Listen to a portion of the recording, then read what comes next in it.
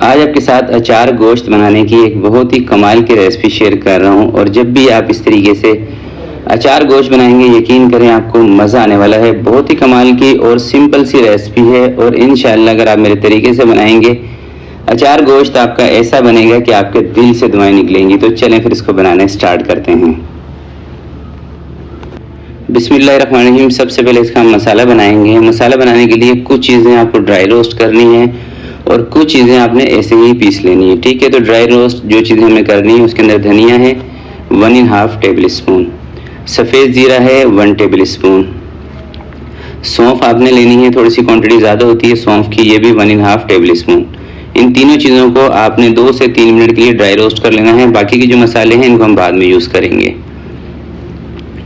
और dry roast करते वक्त एक चीज़ का आपने ख्याल रखना है कि ये मसाले जलने नहीं चाहिए, यानी कि बिल्कुल हल्की आंच पे दम वाली फ्लेम पे आपने इनको 2 से 3 मिनट के लिए ड्राई रोस्ट कर लेना है। हल्के से मसाले चटक जाएं तो बस चूल्हा बंद कर दें। उसके बाद थोड़ा सा आपने इसके अंदर राई दाना शामिल कर लेना है, 2 चुटकी के करीब। साबुत काली मिर्चें आधा चम्मच आपने इसके अंदर शामिल करना है, नमक शामिल करना है 1 चम्मच, और इन तमाम चीज़ों को दरदरा सा आपने पीस लेना है। ये मसाले दरदरे से पीस चुके हैं। अब इसके अंदर शामिल कर रहा हूँ मैं 1 चम्मच कुटी हुई लाल मिर्चें, कसूरी मेथी इसके अंदर शामिल करेंगे, इससे खुशबू बहुत बेहतरीन आती है। 1/2 टी स्पून ज़रा सी कलवंजी आपने शामिल करनी है, 1/2 टी स्पून से भी थोड़ी सी कम। हल्दी पाउडर आपने शामिल करनी है इसके अंदर 1 टी स्पून, एक जो छोटे वाला चम्मच होता है वो।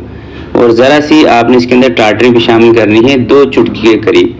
टाटरी इसके अंदर आपने लाजमी शामिल करनी है। अगर टाटरी नहीं शामिल करते फिर लेमन का रस आपने इसमें थोड़ा सा ज़्यादा शामिल करना है। तमाम चीज़ों को अच्छी तरीके से मिक्स करने के बाद लेमन का रस हम भी इसके अंदर मिक्स करेंगे, मगर 2 लेमन का रस मिक्स करेंगे। अगर टाटरी आपने यूज़ कर रहे हैं फिर 4 से 5 लेमन का रस आपने इसके अंदर निचोड़ देना है, क्योंकि अचार गोश्त के मसाले में हल्की सी खटास तो ज़रूर होनी चाहिए। तो 2 लेमन है मेरे पास, इनके अंदर वैसे रस ज़्यादा नहीं है, आजकल गर्मी काफ़ी है तो गर्मियों में ना लेमन के अंदर से रस भी ख़त्म हो जाता है। अब अच्छी तरह से इसको मिक्स कर लेंगे और उसके बाद 5 से 6 हरी मिर्चें मैंने रखी हुई हैं। हरी मिर्चें ये मसाला जो है ना हरी मिर्चों के अंदर भरेंगे। थोड़ा सा इसके अंदर मैं पानी भी शामिल कर रहा हूँ ताकि मिर्चों के अंदर जब हम मसाला भरें तो बाइंडिंग आ जाए। चलिए दोस्तों, मसाले को मिक्स करने के बाद अब ये मिर्चों के बीच में मैंने कट लगा लिए हैं, 6 मिर्चें हैं। और अगर आपने इन मिर्चों को थोड़ा सा लाइट करना हो ना तो फिर आपने इनके बीज को निकाल देना है, ठीक है। बीज निकालने के बाद मसाला भरना है। अगर थोड़ी सी स्पाइसी मिर्चें आपको चाहिए फिर बीज के साथ ही आप इसके अंदर मसाला भर दें।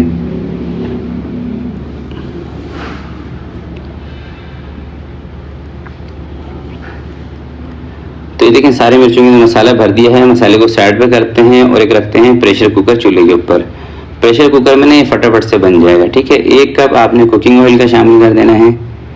1 किलो गोश्त है मेरे पास और ये तकरीबन आप यूँ समझ लीजिए बोनलेस गोश्त की है, कोई 2-3 पीस होंगे हड्डी वाले इसके अंदर। तो सबसे पहले ऑयल के साथ गोश्त को फ्राई कर लेते हैं ताकि कोई हल्की फुल्की स्मेल गोश्त के अंदर होती है वो निकल जाए। तो जब भी आपको डाउट होना कि गोश्त के अंदर से स्मेल आएगी या आपके बच्चों को या आपके हस्बैंड वगैरह को गोश्त में से स्मेल आती है तो आप इसको अदरक लहसुन और तेल के साथ थोड़ा सा फ्राई कर लिया करें। 2 चम्मच इसके अंदर मैंने अदरक और लहसुन का पेस्ट शामिल कर दिया है। अब इसको अच्छे तरीके से हमने फ्राई कर लेना है कोई 5 से 6 मिनट के लिए, जब तक गोश्त का जो कलर है ना ये चेंज नहीं हो जाता, जब तक आपने इसको फ्राई करना है।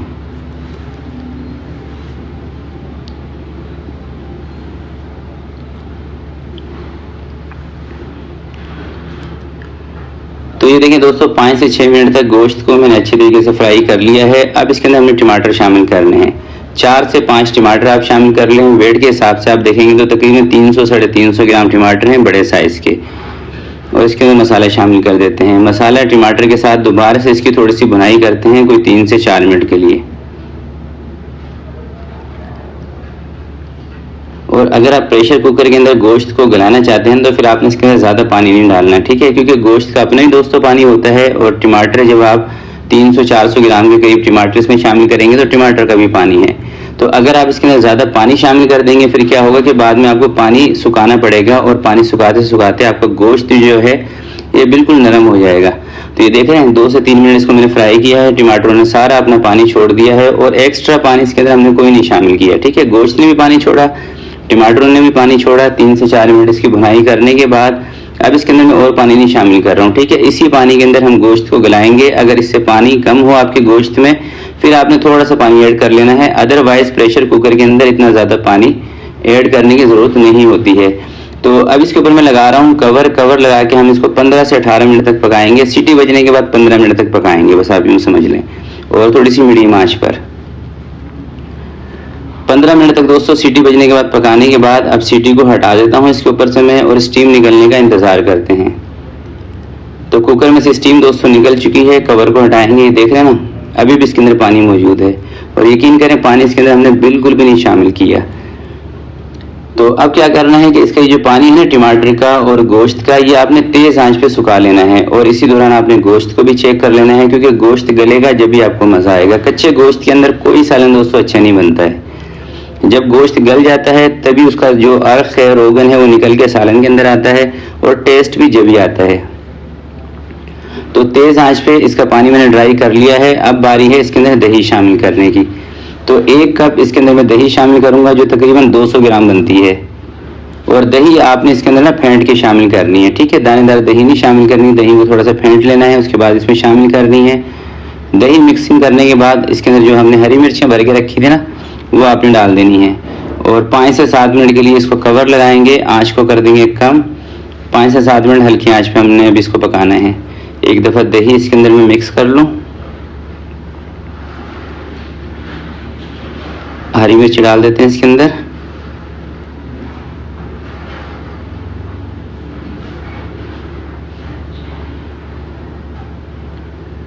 और अब इसके ऊपर लगा देंगे कवर। चलिए दोस्तों, दही डालने के बाद 7 से 8 मिनट तक इसको मैंने पकाया है, और अब इसका चूल्हा मैंने बंद कर दिया है। अब इसकी कोई भुनाई शुनाई की ज़रूरत नहीं है, ठीक है। अब आपको दिखाता हूँ थोड़ा सा इसका फाइनल लुक। थोड़ा सा बारीक कटा हुआ आपने इसके अंदर धनिया शामिल कर लेना है, और थोड़ी सी बारीक कटी हुई आपने इसके अंदर अदरक शामिल कर लेनी है।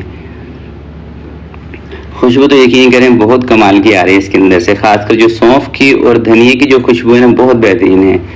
थोड़ा सा धनिया इसमें शामिल किया है, थोड़ी सी बारीक कटी हुई अदरक, और अब मैं आपको दिखाता हूँ इसका फाइनल लुक। देख रहे हैं आप कितना ज़बरदस्त बना है।